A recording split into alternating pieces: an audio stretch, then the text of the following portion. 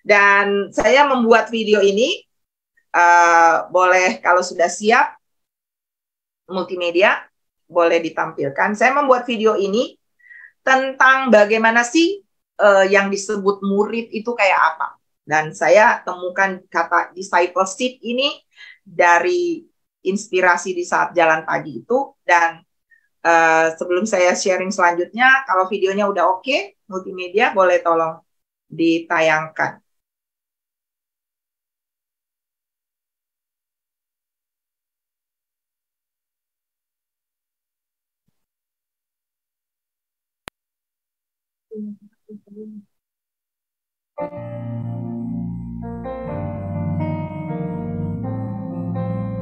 Rep lagi jalan pagi. Rep, hey.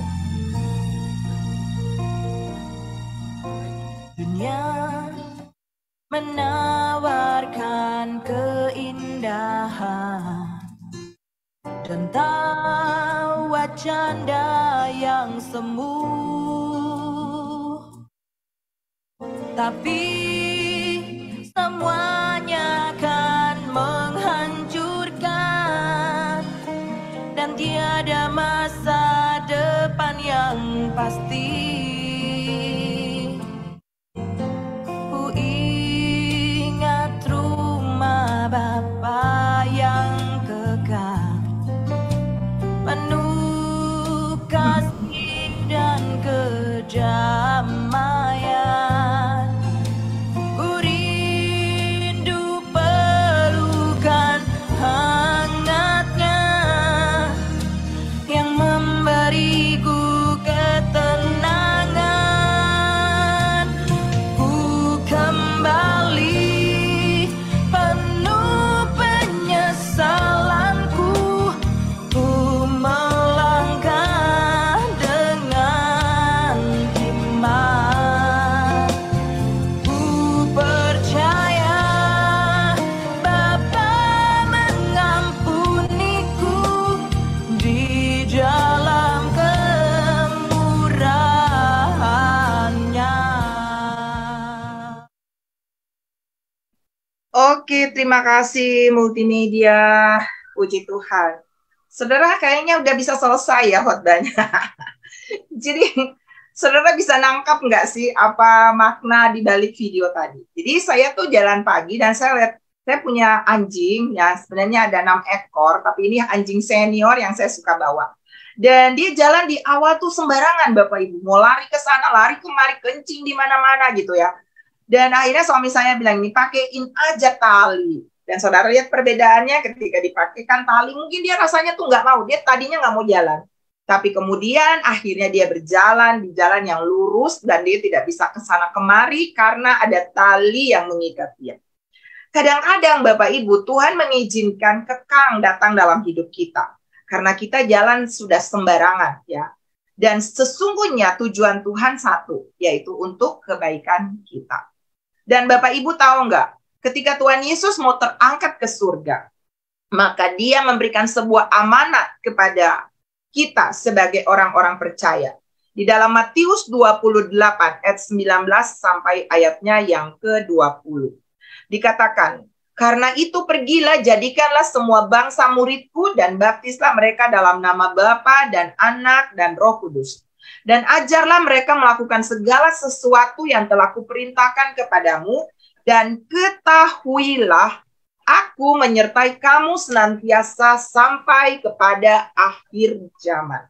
Saudara, kita sedang ada di akhir zaman dan masalah akan semakin bertubi-tubi datang. Dan kerinduan di hati kita adalah apa? Disertai Tuhan. Amin. Kita sering memakai Immanuel, Tuhan menyertai kita. Tapi apakah kita mau disertai? Ada syarat penyertaan Tuhan. Di dalam Matius 28 dikatakan, pergi, jadikanlah semua bangsa muridku. Jadi pesan Tuhan, amanat Tuhan yang utama adalah kita ini jadi murid. Pastinya nggak mungkin kita memuridkan orang kalau kita nggak jadi murid dulu. Benar nggak Bapak Ibu? Jadi kita harus jadi murid dulu dan kemudian kita jadikan murid. Ya, itu adalah perintah amanat Tuhan. Dan itu menjamin kita akan mengalami penyertaan Tuhan. Ya, Dan Tuhan tidak mau, Bapak Ibu, makanya dari firman ini Tuhan tidak mau kita berhenti sampai di batas bertobat. Artinya kita jadi murid dan berhenti sampai di kita jadi murid. Artinya yang dulu kita berbuat jahat, kita hidup menurut kedagingan kita hidup amarah, kita hidup sombong, kita tidak taat, kita malas, kita suka bohong. Tapi ketika kita bertobat, lalu hidup kita bertobat, lalu udah bertobat aja. Enggak, Bapak Ibu, tidak cukup. Kekristenan tidak cukup sampai di bertobat. Tuhan mau adalah kita berbuah. Katakan amin. Tuhan mau kita bukan cuma jadi murid, tapi kita juga jadi pemurid. Orang yang menciptakan murid, ya, itu kehendak Tuhan. Makanya dia perintahkan bukan jadi murid, tapi pergi dan jadikan orang lain murid. Nah, ini perintah, ini pesan bagi saudara dan saya. Nah, kalau kita tahu, judul khotbah saya pagi hari ini adalah murid sejati.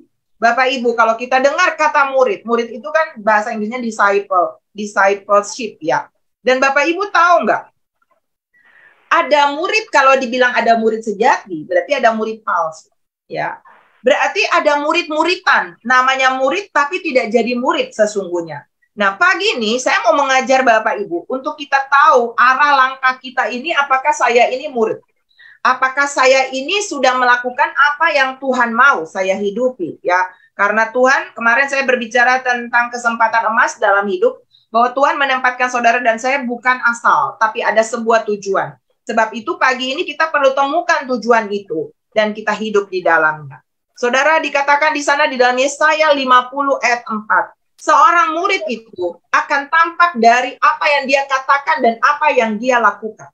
Dikatakan, Tuhan Allah telah memberikan kepadaku lidah seorang murid, supaya dengan perkataan, aku dapat memberi semangat baru kepada orang yang letih lesu. Setiap pagi, ia mempertajam pendengaranku untuk mendengar seperti seorang murid.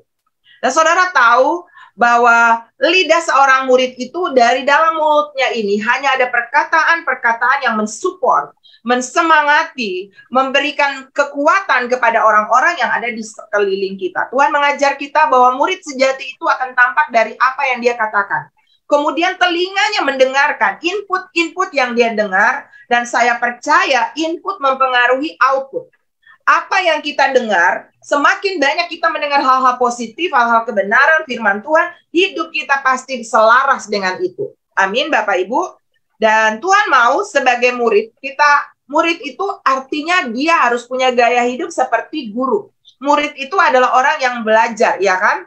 Dan Lukas 6 ayat yang ke-49 berkata bahwa kita harus menjadi seperti guru kita. Dan guru kita adalah siapa? Adalah Tuhan Yesus. Haleluya.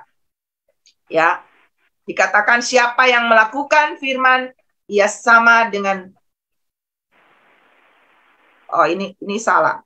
Sebentar Kakak Lydia. Jadi Tuhan mau adalah kita hidup selaras dengan apa yang menjadi kehendaknya Tuhan. Nah, kita lihat di dalam Galatia 5 ayatnya yang ke-22, itu berbicara tentang murid sejati. Seorang murid sejati adalah orang yang punya buah karakter Kristus. Dan karakter Kristus itu ada di dalam Galatia 5 ayatnya yang ke-22. Ya. Itu berbicara tentang apa? Itu berbicara tentang buah roh. Ya. Jadi berarti kalau kita bilang bahwa kita adalah muridnya Tuhan Yesus, maka kita harus punya kehidupan karakter yang cocok dengan Tuhan, yaitu punya buah roh. Ya, kalau tidak roh berarti daging. Ya, dan di sini dikatakan kasih, sukacita, damai sejahtera, kesabaran, kemurahan, kebaikan, kesetiaan, kelemah lembutan, lanjut, penguasaan diri. Dan Alkitab mencatat bahwa tidak ada hukum yang menentang hal-hal itu. Jadi artinya kalau kita hidup menurut roh, maka tentunya kita akan jadi berkat, kita tidak akan jadi sandungan bagi orang lain. Kita orang yang selalu hidup menurut tuntunan daripada Roh Kudus. Dan Roma 8 ayatnya yang ke-13, Bapak Ibu, bagaimana kita bisa dipenuhi atau hidup menurut roh? Maka Roma 8 ayat 13 mengungkapkan, sebab jika kamu hidup, Roma 8 ayat 13, sebab jika kamu hidup menurut daging, kamu akan mati. Tetapi jika oleh roh kamu mematikan perbuatan-perbuatan tubuhmu, kamu akan hidup. Di sini dikatakan bahwa kalau kita hidup menurut daging, ya, hawa nafsu ada di dalam nanti Galatia 6 ayat selanjutnya Bapak Ibu juga bisa baca tentang buah-buah daging. Tapi yang Tuhan mau di sini kita hidup menurut roh. Karena kalau kita hidup menurut daging, keinginan-keinginan daging akan membawa kepada kematian. Tapi kalau kita hidup oleh roh, kata firman Tuhan di dalam Roma tadi, Roma 8 ayat 13, dikatakan kamu mematikan perbuatan-perbuatan tubuhmu. Siapa yang mematikan? Kadang-kadang kita berdoa, Tuhan, tolong saya supaya saya mau Roh Kudus bantu saya, Roh Kudus matikan perbuatan-perbuatan dagingku. Padahal firman Tuhan tidak bilang bahwa Tuhan yang akan mematikan perbuatan daging. Kita yang harus melakukannya. Di sini dikatakan, jika kita hidup oleh roh, kita yang harus mematikan perbuatan-perbuatan tubuh kita. Pengen bohong, tapi kita yang bilang gak bohong. Pengen makan gak berhenti-berhenti, tapi kita yang bilang gak, saya harus puasa. Pengen marah, tapi kita harus katakan tidak, saya tidak boleh terus marah. Pengen tidak ampuni, tapi firman bilang ampuni dan kita melakukannya. Itu yang namanya mematikan perbuatan daging. Pengen lakukan A, tapi Tuhan bilang no A, B. Anak-anak yang pengen melakukan A, tapi orang tua bilang tidak, itu salah. Dan ketika dia katakan tidak, itu dia sedang mematikan perbuatan-perbuatan dagingnya. Tuhan tidak menjadikan kita sebagai yang bisa pakai remote control. Kita punya free will. Dan Tuhan mau kita tidak yang di istilahnya seperti Tuhan bilang begini, lalu kita yang lakukan ikut maunya kita, nanti Tuhan yang kendalikan kita, enggak. Tuhan mau adalah kita sendiri yang memutuskan untuk melepaskan free will kita. Hidup oleh roh, taat kepada guru, kepada Tuhan kita yang adalah guru yang agung. Dan Tuhan pakai orang tua jasmani, orang tua rohani, untuk membuat kita selaras dengan kehendak Tuhan. Sebab itu, maka ciri daripada karakter Kristus, kehidupan roh yang nyata di dalam setiap murid sejati adalah ini. Satu kata saja, yaitu T-A-A-T. Taat. Seringkali saya katakan tentang taat. Taat itu artinya apa? Terus angguk, aksi terus. Dibilang, jangan lakukan itu. Oke, lakukan. Lakukan itu. Oke, lakukan. Kadang-kadang kita disuruh A, kita bikin B. Terus kita bilang kita murid, kita bilang kita anak Tuhan. Nggak ada seperti itu Bapak Ibu. Yang namanya murid sejati, nggak ada apapun. Bahkan Tuhan berkata, Tuhan lebih menyukai ketaatan daripada korban persembahan. Apapun yang Anda dan saya lakukan tanpa ketaatan di dalamnya kepada Tuhan, dan biasanya melalui orang tua, melalui orang pemimpin, maka saudara sedang menjadi penipu diri sendiri. Kalau kita melakukan sesuatu tanpa ketaatan dan kita pikir kita sedang melayani tapi tanpa ketaatan, percuma. Ya, kita sedang menabur di tempat yang kosong yang pada satu saat nanti nggak ada hasilnya. Tuhan mau kita punya ketaatan, ya Bapak Ibu. Taat itu terus angguk apapun yang Tuhan suruh, kecuali suruh berdosa, orang tua atau temanmu suruh berdosa, jangan lakukan. Tapi kalau selama itu selaras dengan firman, lakukan. Ya, itu bentuk kita adalah murid sejati. Dan Tuhan Yesus berkata di dalam Matius 11 ayatnya yang ke-29 dikatakan, "Pikulah kuk yang kupasang dan belajarlah padaku, karena aku lemah lembut dan rendah hati, dan jiwamu akan mendapat ketenangan." Kenapa banyak orang galau, stres, tertumbuk dengan masalah-masalah yang semakin pelik? Karena dia tidak mau belajar dari Tuhan. Padahal Tuhan bilang untuk mendapat ketenangan. Saudara, ada yang tidak tenang di sini, ada yang sedang galau. Saudara, mari kita belajar dari Tuhan Yesus. Apa itu? Lemah lembut dan rendah hati. Saya mulai dari kerendahan hati ya. Untuk kita mendapat ketenangan, kita harus menjadi murid sejati, belajar dari Tuhan Yesus. Kerendahan hati itu apa? Di dalam Wikipedia dikatakan bahwa kerendahan hati itu adalah sikap yang menyadari keterbatasan dan ketidakmampuan diri sehingga tidak sombong. Ada banyak orang yang belum tahu apa-apa tapi udah rasa tahu banyak. Itu yang namanya kesombongan. Tapi saya percaya setiap Bapak Ibu Saudara dan saya yang hari ini duduk di sini mendengarkan firman Tuhan, arahan Tuhan. dan saudara mau untuk dengarkan bagaimana Tuhan pimpin saudara melalui juga mungkin teman-teman di sekeliling, orang tua rohani, gembala, atau pemimpin di kantor, atau suami di rumah, atau orang tua di rumah, maka Bapak Ibu adalah orang-orang yang mau untuk menyadari dia nggak selalu sempurna, dia butuh arahan. KBBI berkata kerendahan hati itu artinya tidak sombong, tidak angkuh. Ya, dan ciri orang yang tidak sombong atau rendah hati itu adalah orang yang selalu percaya dengan perkataan Tuhan dan ikuti saja walaupun dia tidak mengerti. Banyak orang mau taat kalau dia udah ngerti, ya, padahal tidak selalu. Ketika Tuhan suruh kita melakukan sesuatu, kayaknya nggak masuk akal deh. Menurut saya harusnya begini. Tapi kalau Tuhan yang suruh dan melalui orang tua, lakukan. Itu nggak akan membawa kerugian apa-apa kepada saudara. Amin. Contohnya siapa? Contohnya Maria, Bapak Ibu. Waktu itu dia belum bersuami dan belum pernah ada kejadian bahwa orang hamil oleh yang namanya Roh Kudus. Roh Kudus itu makhluk apa ya? Apa seperti cowok ganteng kah? Atau cowok maco kah? Kan nggak ada, belum pernah kejadian. Tapi waktu malaikat datang dan bilang bahwa Maria, kamu akan mengandung dari Roh Kudus. Wow. Maria nggak banyak tanya Bapak Ibu, ya. Dikatakan Maria nggak bilang bagaimana mungkin. Lalu ketika dia bilang aku belum bersuami, tapi ketika Roh Kudus bilang, tapi malaikat itu bilang tapi Roh Kuduslah yang akan turun atasmu. Dia nggak tanya Roh Kudus itu kayak apa, cowok ganteng kah? Enggak Bapak Ibu. Tapi Lukas 1 ayat yang ke-38, ini bukti orang yang rendah hati. Kata Maria, sesungguhnya aku ini adalah hamba Tuhan. Jadilah padaku menurut perkataanmu itu. Lalu malaikat itu meninggalkan dia. Mari Bapak Ibu, pagi ini, ketika firman ini datang kepada Bapak Ibu, dan Bapak Ibu mungkin mengalami suatu teguran dalam hidupmu, jangan berkanjang atau jangan menolak, jangan banyak bertanya-tanya, membuat banyak pertanyaan di pikiran, tapi taat saja. Selama itu firman Tuhan, lakukan saja. Itu bukti saudara punya kerendahan hati. Orang rendah hati itu adalah orang yang selalu andalkan Tuhan. Dia tidak akan melakukan apapun kalau Tuhan tidak suruh. Dan biasanya Tuhan bisa bicara melalui firman-Nya, audible, tapi Tuhan bisa pakai orang tua. Misalnya, ketika kita mau melakukan suatu tindakan, ketika kita mau sekolah di satu tempat, ketika kita mau mencari jodoh, dan orang tua bilang, kayaknya nggak cocok buat kamu, jangan lakukan ini, jangan lakukan itu. Anak-anak sekarang kan pinter, Bapak Ibu. Mereka pikir mereka lebih pinter dari orang tua.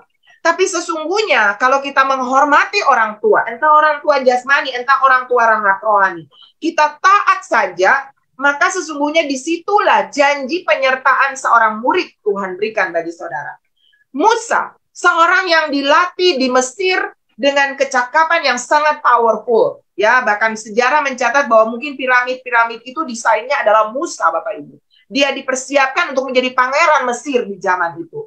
Tapi kemudian Tuhan memanggil dan memilih dia, dan akhirnya dia menjadi gembala, dan dia menggembalakan umat Israel, menuntun mereka di padang gurun.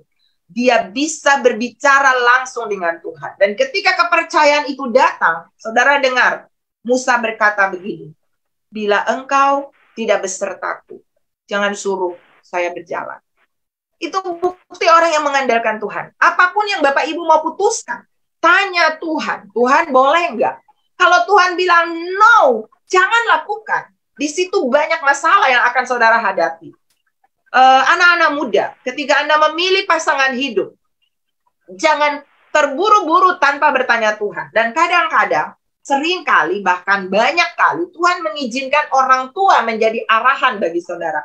Ikuti, ya. Saya punya keputusan ketika saya bertobat dalam hidup adalah saya akan turuti apa yang orang tua saya mau. Dan dalam memilih jodoh pun sama. Saya bilang kalau bukan Tuhan yang pilih, kalau bukan orang tua setuju, saya tidak akan langgar. Ya, dan saya lakukan itu dan puji Tuhan, Tuhan yang pilih suami saya, Bapak Ibu. Jadi dalam semua hal, dalam pekerjaan, dalam pelayanan yang saudara akan lakukan, jangan lakukan kalau Tuhan tidak menyuruhnya. Kami dalam pelayanan kami, dalam perjalanan kami nggak asal Bapak Ibu, dalam setiap keputusan. Kami berpuluh tahun, kami submission di bawah tuntunan orang-orang tua rohani kami. Dan kadang-kadang kami udah berpikir, ini kayaknya keputusan saya udah benar. Tapi kalau orang-orang tua kami bilang, jangan, kami akan ikuti saja. Itu baik bagi kita untuk belajar menjadi anak-anak yang taat sebagai murid-murid sejati. Amin, Bapak Ibu. Belajar melibatkan Tuhan, bertanya Tuhan, dan minta tuntunan Tuhan dalam setiap keputusan-keputusan kita.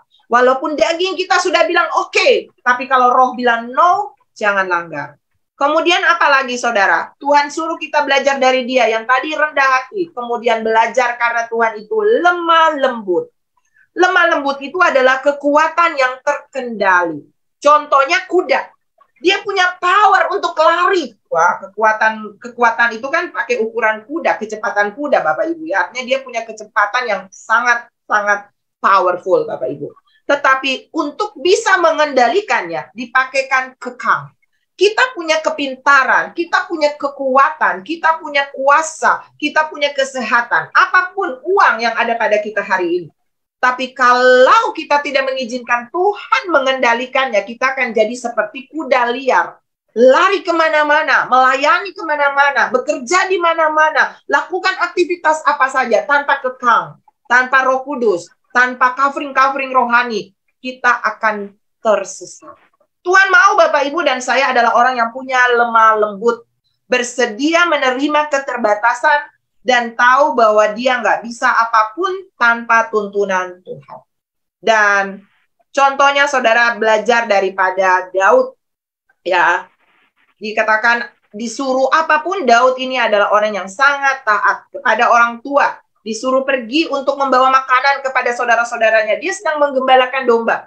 Dia nggak bilang tuh, Papa, aku kan lagi sibuk nih, lagi gembalakan domba. Nggak mungkin bikin tugas yang itu. Enggak. Dia tinggalin dombanya, dia titip kepada orang lain, dan dia pergi membawa makanan. Disitulah titik poin Daud dipromosi menjadi raja, ketika dia bisa mengalahkan Goliat. Seringkali Tuhan mengizinkan suatu tindakan-tindakan ketaatan kecil untuk mempromosi kita. Dengarkan itu ya. Kadang-kadang Tuhan mengizinkan suatu ketaatan kecil dengan sebuah perintah-perintah yang rasanya, aduh, aku nggak kepengen lakukan. Tapi ketika Anda taat melakukannya, ternyata ada promosi di situ. Amin. Amin.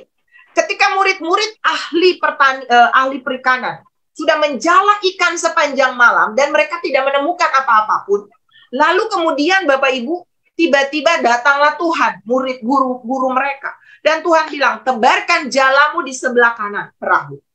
Mereka bilang, Tuhan, ini udah sepanjang malam loh, kami tuh jala ikan, gak dapat apa-apa. Kan mereka ahli pertanian, ahli perikanan. Tapi murid-muridnya bilang begini, tapi karena engkau yang suruh, kami akan melakukannya. Mari Bapak Ibu, kita belajar seperti mereka. Ini yang disebut murid sejati. Kita rasa nggak mungkin, sudah mencoba dengan berbagai cara, tapi nggak bisa. Tapi kalau Tuhan suruh, lakukan. Ya. Karena ketika mereka menebarkan jala di sebelah kanan, ternyata mereka menangkap begitu banyak ikan, sampai jala mereka hampir robek. Wow, itu yang namanya kelimpahan. Ketika Anda dan saya taat kepada Tuhan. Ya. Jadi Tuhan mau adalah saudara dan saya berakar di dalam Dia. Punya karakter, lemah lembut dan rendah hati ini Bapak Ibu. Kolose 2 ayat yang ke-7 berkata, hendaklah kamu berakar di dalam Dia dan dibangun di atas Dia. Hendaklah kamu bertambah tekun. Kolose 2 ayat 7. Hendaklah kamu bertambah teguh di dalam iman yang telah diajarkan kepadamu. Dan hendaklah hatimu melimpah dengan syukur. Hasilkanlah buah yang baik dan teguh oleh pengajaran itu.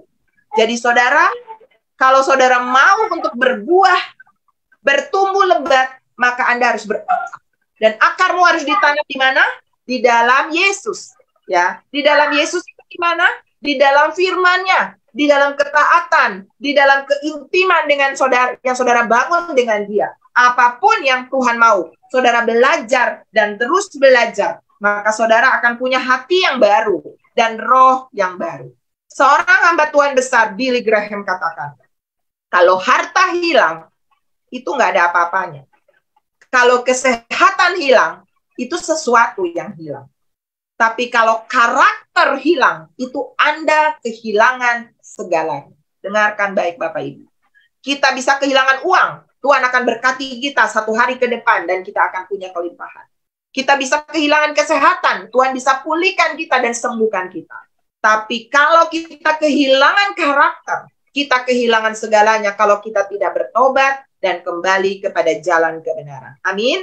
Jadi yang pertama ciri murid sejati itu adalah punya karakter Kristus. Yang kedua, saudara harus punya yang namanya buah pelayanan ya dan buah jiwa-jiwa ya. Kita harus diberkati untuk jadi berkat. Tadi saya bilang Tuhan tidak mau kita hanya sampai di taraf bertobat ya, berhenti melakukan kesalahan. Tidak. Tuhan mau adalah action terus, lari terus, kejar mahkota itu dengan jalan. Jadi berkat, melayani, jangkau jiwa, berbuah saudara. Dan Injil yang akan membawa orang-orang untuk datang kepada Tuhan Yesus. Kita harus juga jadi saksi di dalam perbuatan. Buat apa kita menginjil, kita menangkan jiwa-jiwa, tapi kita ditolak karena kita sendiri tidak taat. Saya kalau mau nilai ya, saya sendiri menilai diri saya. Saya nggak ada artinya kalau saya bilang saya melayani, tapi saya didik mereka. Kamu bisa melakukan apa saja, punya talenta apa saja, tapi kalau dikasih tugas, kamu nggak lakuin. Itu kamu bukan murid sejati. Kamu pembohong, karena Alkitab berkata, ketika kita berkata,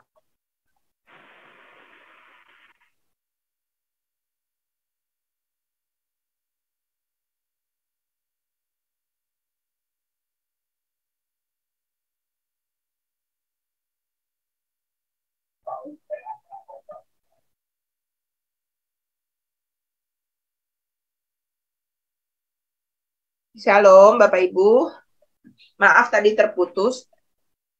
Apakah suara saya bisa terdengar?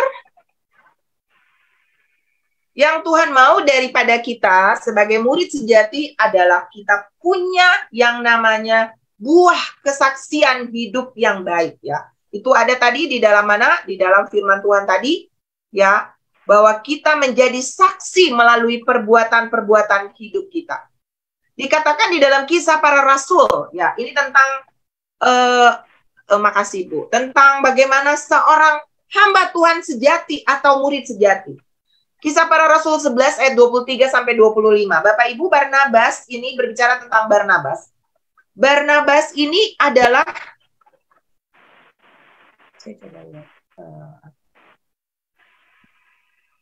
Barnabas ini adalah seorang pengusaha, tapi dia melahirkan seorang rasul besar. Siapa ya? Paulus, ya kan?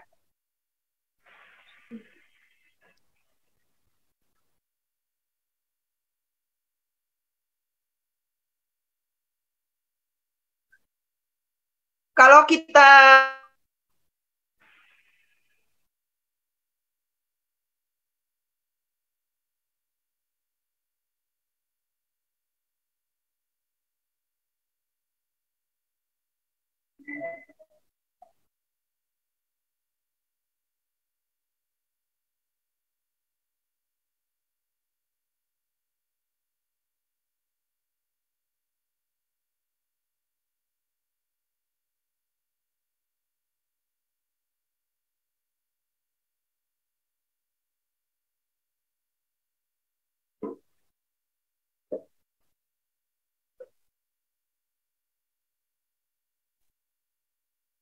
Oke, Bapak Ibu, maaf tadi ada masalah signal di sini.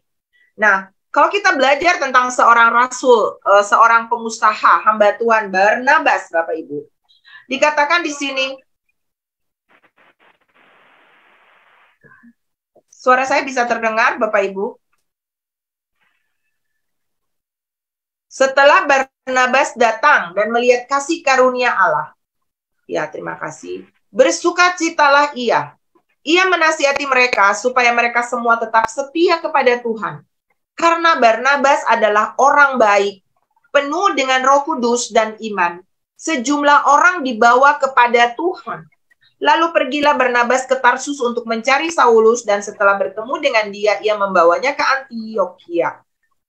Kalau kita lihat tentang seorang Barnabas, ini saya sedang berbicara tentang seorang murid sejati itu punya buah pelayanan, ya. Maka Bapak, Ibu, dan saya harus menghasilkan rasul, penginjil, guru, gembala. Bapak Ibu harus punya yang namanya buah pelayanan. Bapak Ibu tuh harus punya anak rohani, adik rohani, ya seperti itu. Nggak harus jadi pendeta, nggak harus. Tapi Bapak Ibu di dunia marketplace, Bapak Ibu di kantor, Bapak Ibu di rumah, Bapak Ibu dimanapun, jadilah orang yang bisa memuridkan orang lain. Maksudnya begitu. Murid sejati itu adalah orang yang bisa melayani orang lain, ya. Di sini dikatakan bahwa Barnabas ini dia seorang pengusaha, dia bukan seorang rasul, dia bukan seorang hamba Tuhan, pendeta, gembala, bukan Bapak Ibu, tapi dia seorang pengusaha. Tapi di sini dikatakan bahwa dia menasihati. Jadi kita pelayanan itu kita nggak hanya misalnya pergi menginjil, tidak juga. Kita bisa juga menasihati orang, menuntun orang, ya. Lalu di sini dikatakan dia adalah orang yang punya perbuatan baik. Barnabas adalah orang baik. Jadi dalam melayani kita tidak hanya berbicara, tapi kita harus punya teladan hidup. Itu namanya bersaksi menjadi saksi. Kalau kita sering bersaksi, tapi kita nggak punya gaya hidup jadi saksi, kita tidak jadi berkat bagi orang lain, kita tidak taat, kita malas, kita suka marah, kita tidak setia, kita tidak tunduk kepada otoritas, orang tua, atau di kantor, dimanapun, maka kita sebenarnya bukan saksi. Ya, kita cuma cuap-cuap. Nah, Tuhan mau Bapak, Ibu, dan saya seperti Barnabas ini, penuh dengan Roh Kudus dan iman. Dan hasilnya, banyak orang, dikatakan gini, sejumlah orang dibawa kepada Tuhan. Melalui siapa? Melalui Barnabas. Jadi Bapak, Ibu, dan saya harus punya yang namanya buah pelayanan. Jadi buah pelayanan itu adalah kita semakin menjauh dari dosa dan berjalan ke arah Tuhan, ya, dan melayani Tuhan dan melayani pekerjaan. Saudara, ada seorang bapak.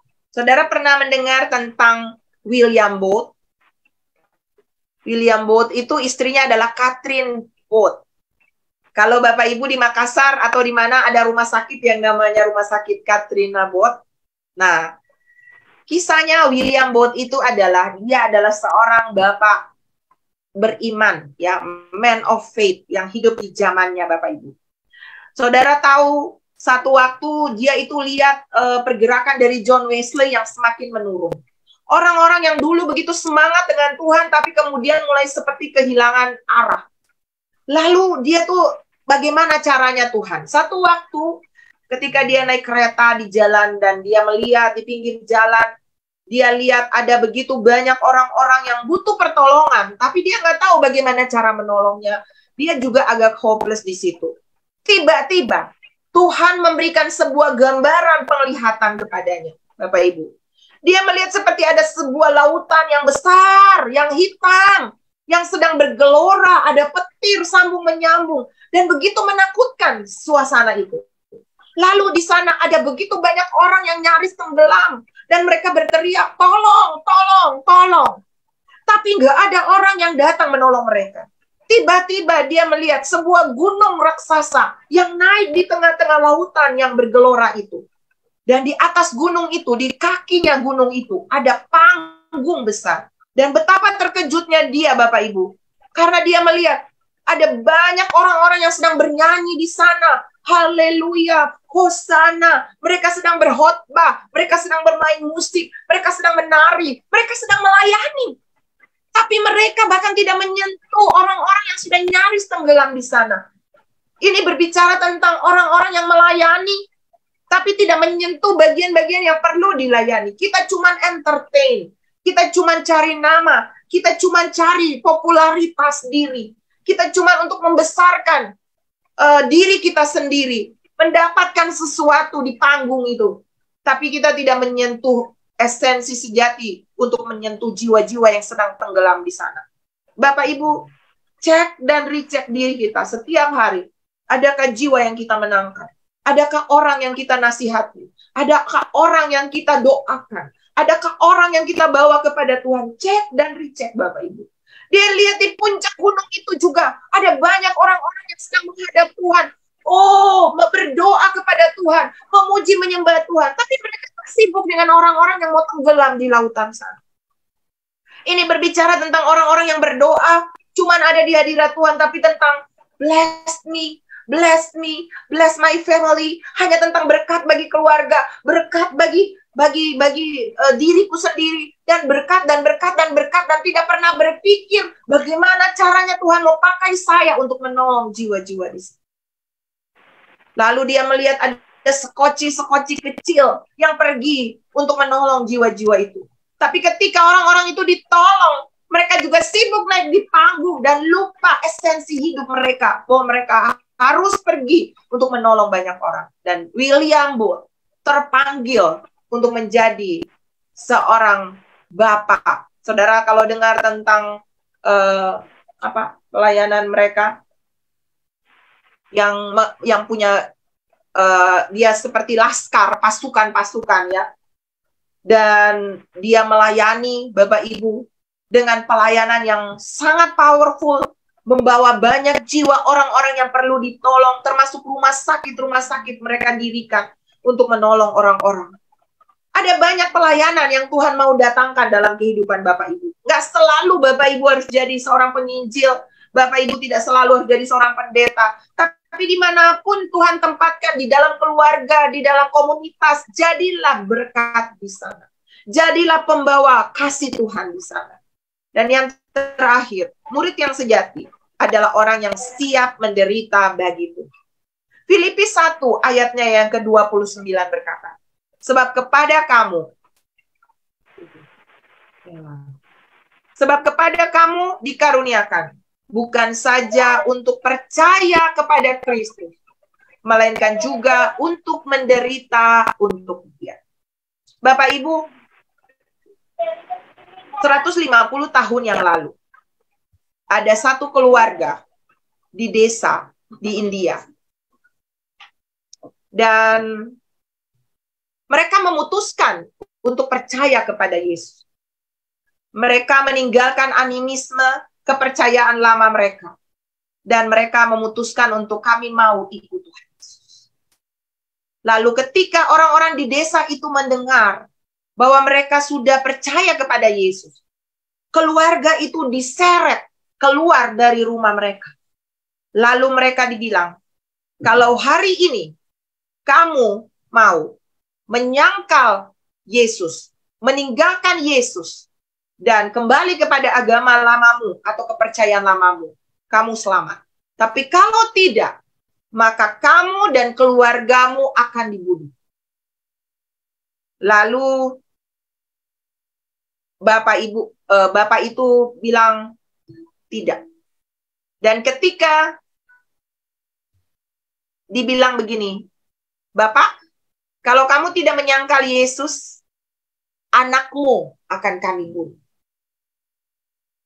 Lalu Bapak itu katakan, dalam sebuah lagu yang sekarang kita sudah terkenal, mengikut Yesus,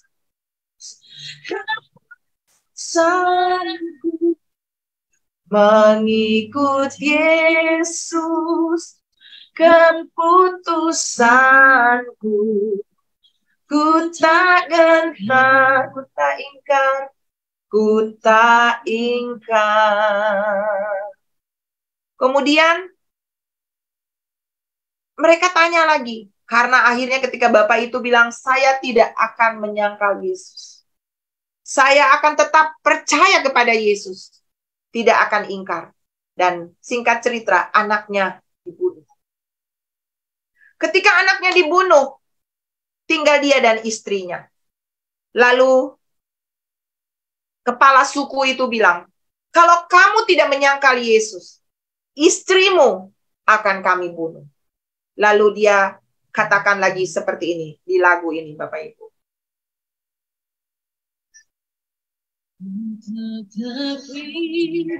Ku tetap ikut Walau sendiri, ku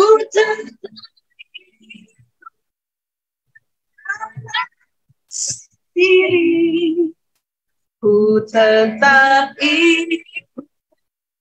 Walau sendiri, ku tak ingkar, ku tak ingkar.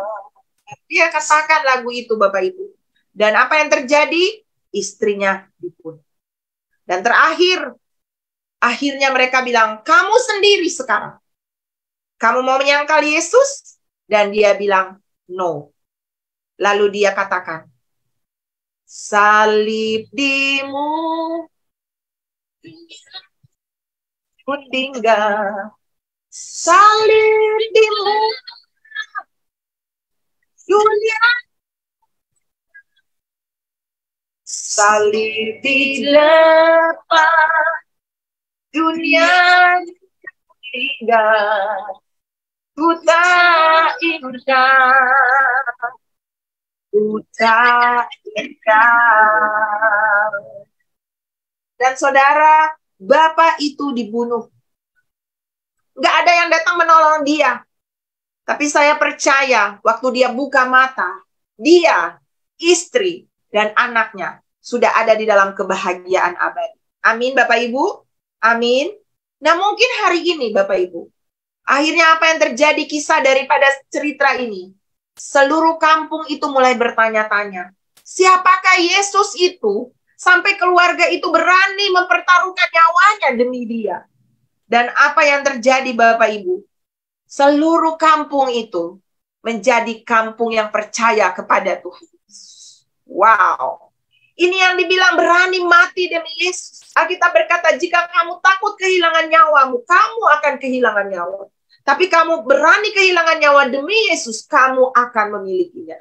Mungkin hari ini Bapak Ibu nggak diperhadapkan kepada pisau atau peluru. Tapi Bapak Ibu diperhadapkan dengan keinginan daging.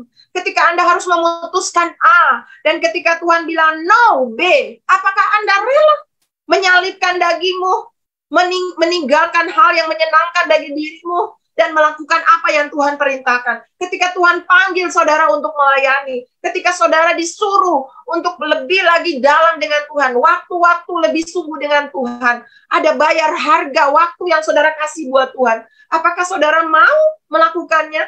Apakah saudara rela meninggalkan kesenangan dagingmu untuk mengikut Tuhan? Ataukah saudara mundur dari mengikut Tuhan? Kalau kita mundur, kita tidak layak. Petrus satu ketika Bapak Ibu, dia ada di Roma, dan ketika dia tidak tahan dengan penganiayaan di sana, dia mau lari dari kota itu. Di tengah jalan, dia berjumpa dengan seorang tua yang sedang memikul salib. Dan dia berkata, mau kemana Pak? Pada zaman itu, hamba-hamba Tuhan martir dengan disalib. Dan dia pikir ini mungkin salah satu martir. Dia tanya, Bapak mau kemana? Lalu Bapak itu bilang, saya mau ke Roma. Karena kamu lari dari sana. Dan mata Petrus dibuka. Dan dia melihat, itu gurunya. Dan dia bilang, dia menangis. Dan dia bilang, saya mau kembali ke Roma. Sekalipun saya harus bayar harga. Dan saudara tahu, Petrus kembali ke Roma. Dan ketika dia akan dibunuh martir, dia berkata, aku tidak layak disalib seperti guruku. Salibkan aku terbalik. Seorang murid tidak lebih daripada gurunya. Kalau Tuhan kita dianiaya, kalau Tuhan kita hilang harga dirinya, kita siapa Bapak Ibu? Jangan pernah mempertahankan nyawamu, kita akan kehilangan nyawa. Dan Petrus martir dengan disalib terbalik. Seorang yang pernah menyangkal Tuhan. Tetapi ketika dia mengalami perjumpaan dengan Tuhan, maka Tuhan mengubah dia menjadi murid sejati. Alkitab mencatat, dari seorang rasul Petrus, lahirlah gereja Tuhan. Gereja didirikan di atas dasar rasul-rasul. Dan pagi ini, Tuhan mencari rasul-rasul zaman now. Saudara yang mau jadi murid sejati. Apakah selama ini Anda cuma menjadi petobat-petobat saja? Tuhan mau lebih dari itu, Bapak Ibu. Enggak cukup hanya datang ke gereja seorang diri. Tapi saudara bagaimana bisa menjangkau lebih lagi banyak orang. Kadang-kadang hati saya sedih ketika melihat bangku-bangku yang masih kosong. Hati saya sedih ketika melihat masih banyak keluarga-keluarga yang belum kenal Tuhan di luar sana. Dan kita tidak berbuat apa-apa. Mari gereja, istri, anak, suami, keluargamu masih banyak yang terhilang. Jangan duduk dan diam menunggu mati dan masuk surga. Lakukan sesuatu. Kalau Tuhan taruh engkau di kantor, layani jiwa-jiwa di sana. Bawa mereka ke dalam kekekalan. Kalau Tuhan taruhmu di rumah dengan suami, istri, anak-anak, ayo jangkau mereka. Jangan puas dengan dirimu sendiri selama. Satu waktu nanti kita akan berdiri di hadapan tahta Tuhan. Dan mahkota kita adalah pelayanan jiwa-jiwa yang kita bawa kepada Tuhan. Murid sejati tidak hidup untuk diri sendiri. Tapi murid sejati adalah orang-orang yang mau bayar harga. Kita belum dibunuh seperti orang yang tadi di India, yang satu keluarga binasa. Tapi cuma daging kita, ego kita. Maukah kita sangkal diri kita untuk jangkau jiwa, untuk jadi berkat, untuk tanggalkan keegoan kita. Dan kita berpikir, gimana ya, saya bisa selamatkan satu jiwa lagi, setiap hari satu jiwa lagi. Karena di zaman rasul-rasul, saudara, di zaman murid sejati ini hidup, setiap hari, Kisah Para Rasul 2 mencatat, Tuhan menambahkan mereka dengan jiwa-jiwa yang diselamatkan. Terlalu lama orang Kristen hidup di zona nyaman bagi dirinya sendiri.